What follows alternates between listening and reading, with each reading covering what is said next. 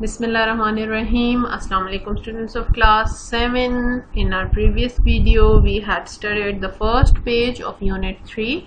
Now we are going to continue reading unit 3 and after that we will solve its questions. So let's begin. On the 8th of October 2005, Sameer was the first to get to school.